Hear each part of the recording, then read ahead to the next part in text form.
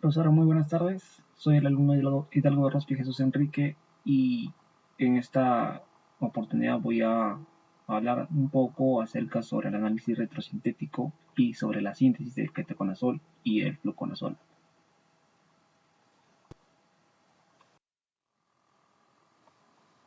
Pero antes de ello voy a hablar un poco acerca de la historia, ¿no?, de los antimicóticos.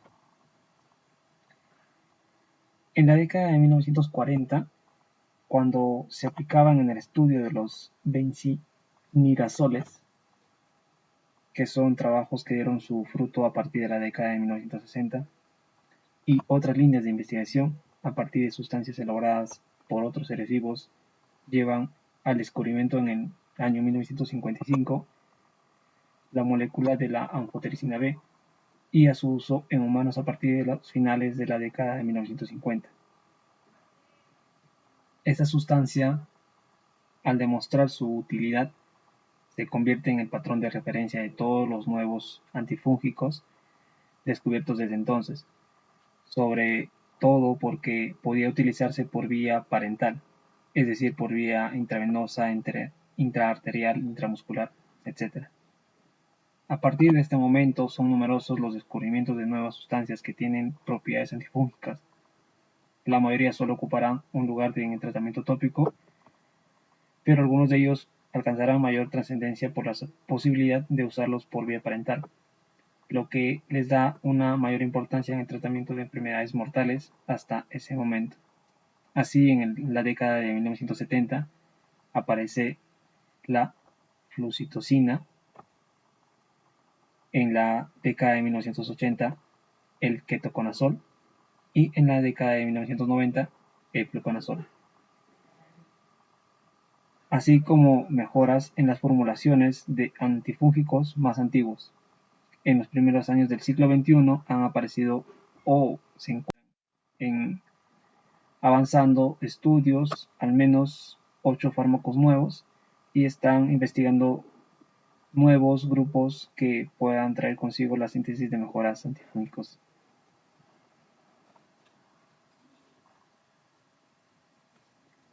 Hablando un poco acerca sobre el ketoconazol. El ketoconazol es un fármaco antimicótico azólico de la clase de los imidazoles, con un peso molecular de 531.41 gramos por mol.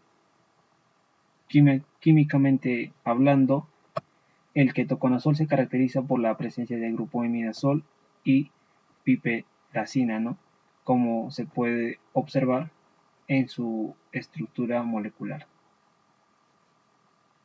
En su mecanismo de acción se da una oxidación por parte de los sistemas enzimáticos dependientes del citocromo P450 que interfiere el metabolismo del lanosterol, es decir, dificulta la 14 desmetilación.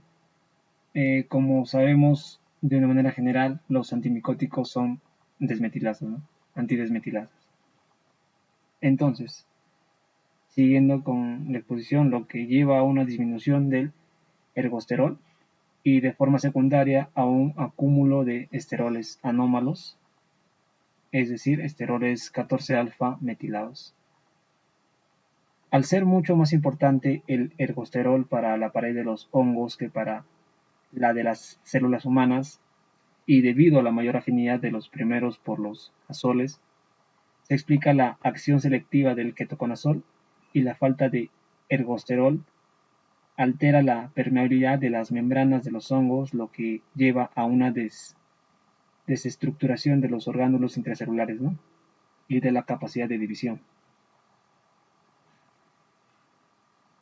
Secundariamente, el acúmulo de esteroles anómalos contribuye a la fragilidad y una posterior muerte celular.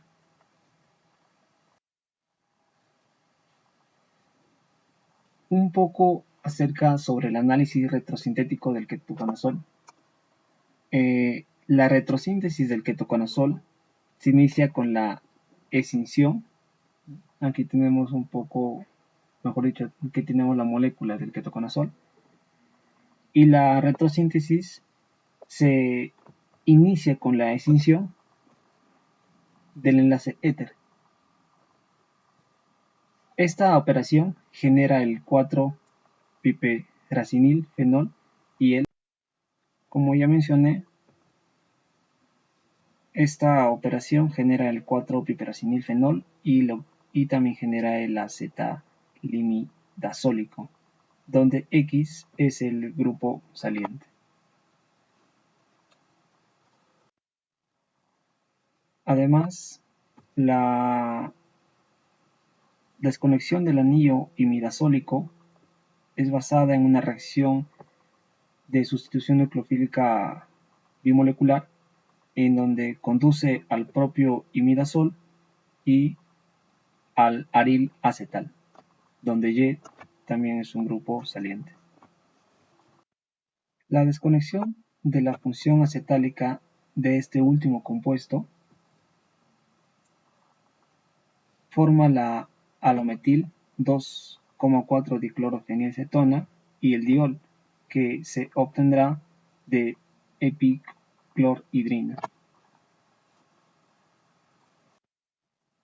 Hablando un poco acerca sobre la síntesis del ketoconazol, se inicia con la reacción de la epicloridrina con acetona en presencia de trifluoruro de boro, lo que permite la obtención del cloroacetónido. Esta reacción se da a 40 grados Celsius durante 4 horas. Entonces, ya obtenida el cloroacetónido, se realiza una reacción de transcetalización entre el cloroacetónido y la bromometil 2,4-diclorofenilcetona y se lleva a cabo a reflujo en una mezcla de terbutanol tolueno en presencia de ácido para-toluen sulfónico hidratado y proporciona una mezcla de acetales con un rendimiento del 76%. Y además agregar que se realiza el reflujo durante 24 horas. El calentamiento de la mezcla ya hablada de acetales con benzoato sódico en DMF a 165 grados durante 6 horas es seguida de una cristalización de metanol y de una recristalización con una mezcla de isopropanol con disopropil éter, donde permite la obtención del bromobenzoato acetálico puro con un rendimiento del 22%.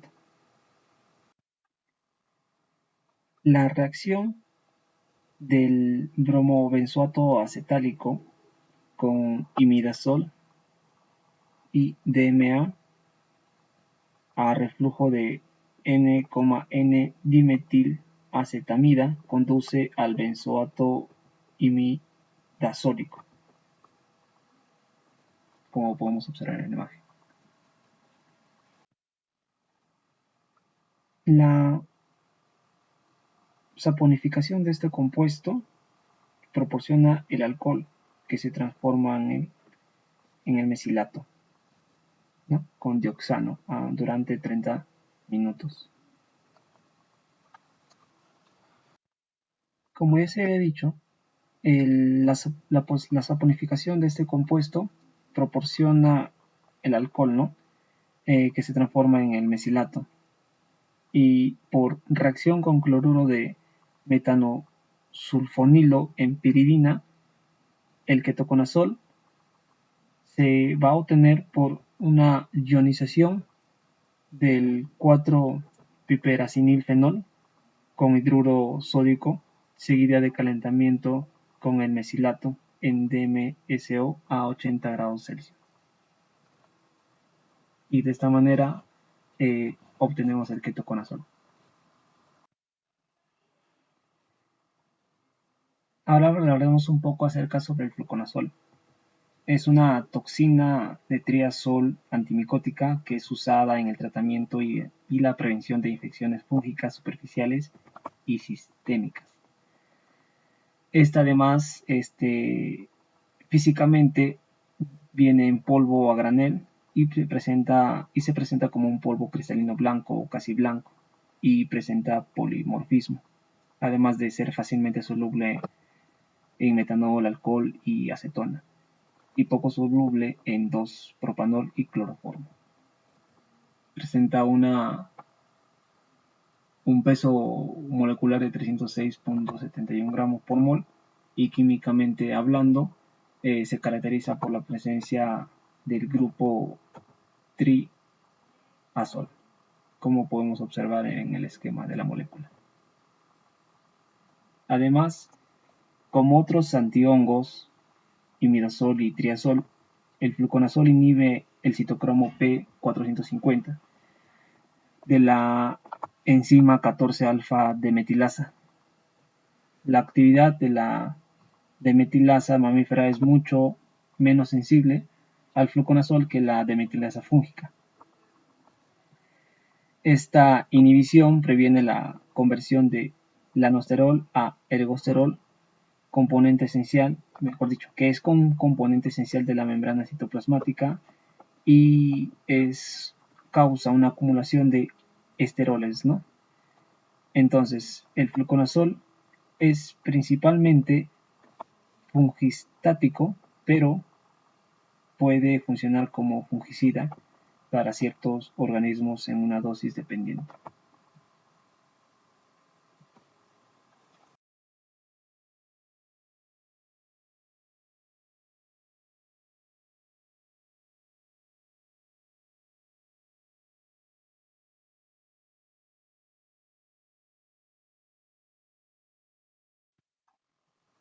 El análisis retrosintético de fluconazol se inicia con la desconexión del anillo de triazol, como podemos observar en la imagen, y la nomenclatura UPAC.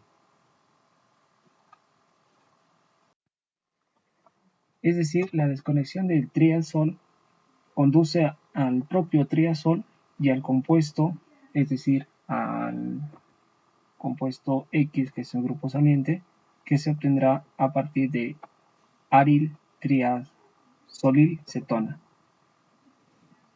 Luego, la desconexión del anillo triazólico remanente forma la alometil 2,4 difluorofenilcetona, que se preparará mediante reacciones de sustitución electrofílica aromática entre el 1,3 difluorobenceno y el haluro de aloacetilo.